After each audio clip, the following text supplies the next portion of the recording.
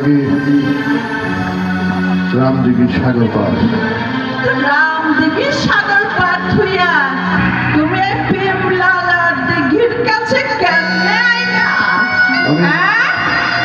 আমি জ্যোতিকে ভালোবাসি। তুমি কিছু বলো না। বিবাসা? আমি জ্যোতিকে ভালোবাসি। ভালোবাসা?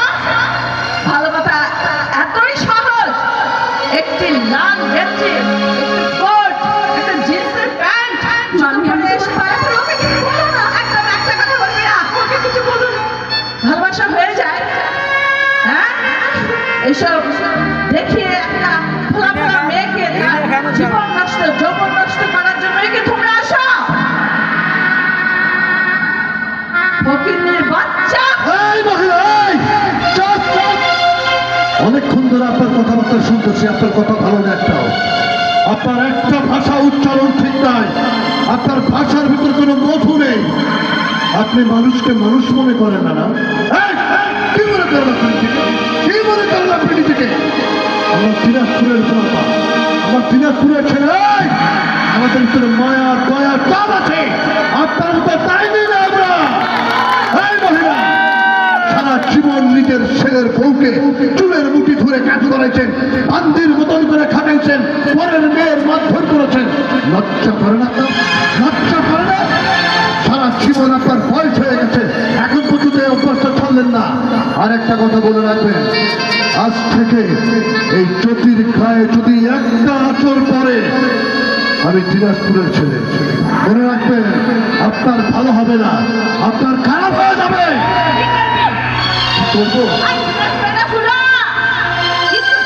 দিনাজপুরের পোলা কি করতে পারে জানেন?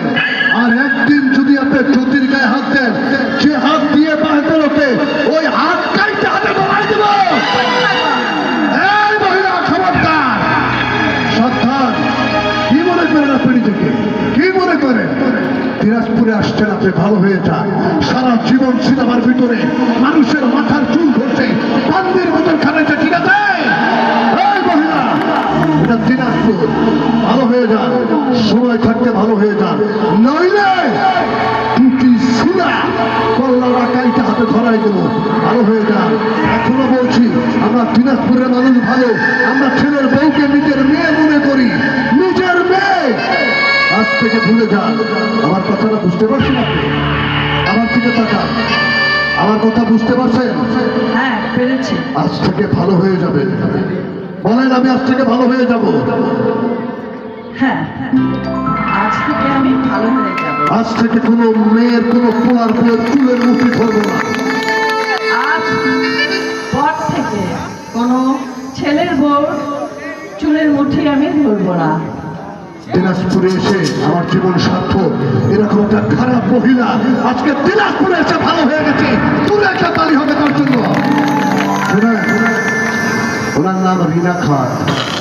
আমার অনেক অনেক অনেক সিনিয়র আগে 700 ছবি রিলিজ করেছে, 700।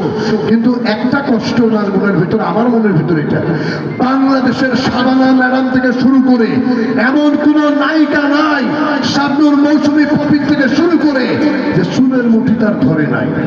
এই সেই মহিলা আজকে দিনাজপুরে আইসা স্বীকার করলো যে হ্যাঁ, এটা অন্যায়, আমি আজ থেকে ভালো হয়ে গেলাম। তার জন্য দূরে একটা তালি হবে। শোনেন, আমরা দিনাজপুরের মানুষ কখনো খারাপ চাই না, ভালো চাই, সুস্থ চাই। আপনাকে একটা প্রশ্ন করব, সেটা হলো কি, এই যে আপনি মেয়েদের চুল ধরেন, মারধর করেন, চুলের মুঠি ধরেন, আপনি বিয়ে করছেন না? অবশ্যই। আপনার স্বামী আছে না? অবশ্যই। আপনার স্বামীর মাথার চুল কখনো আপনি ধরছেন? সত্যি করে বলেন, আপনার স্বামী আপনার মাথার চুল কখনো ধরছে? ওঠে না। কি? আমার স্বামী আমার চুলের মুঠি ধরবে? ওরে বাবা, কি স্টাইলের কথা! প্রশ্নই হতে পারে না। হ্যাঁ, প্রশ্নই হতে পারে না। তাহলে মনে রাখবেন, আপনার স্বামী কত ভদ্রলোক, আপনার মাথার চুল ধরে না। আপনিও কোনো সময় আপনার ছেলের বউ, কোনো মেয়েদের চুল ধরেন না। ওনার মনে একটা কষ্ট আছে, এই যে 700 ছবি রিলিজ করছে, এই 700 ছবির মধ্যে খারাপ সারা ভালো অভিনয় করে। ঘন্টাল শাশুড়ি, মেয়ে লোক দেখলে তার জুতা মারতে চায়, এইটা ওনার মনের মধ্যে কষ্ট। তো যাই হোক, আজকে এখানে আইসা যে আপনি বলছেন যে আপনি ভালো হয়ে গেছেন, খালি একটা কথা বলি, বাংলার মেয়েরা আজকে কি হয়েছে? কি হয়েছে? বাংলার মেয়েরা কিন্তু এখন মন্ত্রী হয়েছে। গানটা কে গাইছিল মনে আছে আপনার? মনে আছে, কে গাইছিল? আমার ছেলের বউ নাম কি?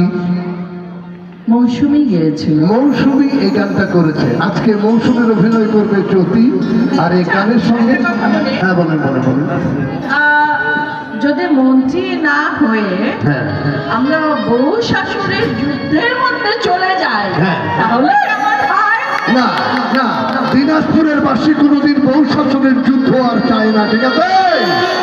আমরা একটা গান করবো, যে গানটা শাবনূর করেছিল। আজকে শাবনূরের ভূমিকা অভিনয়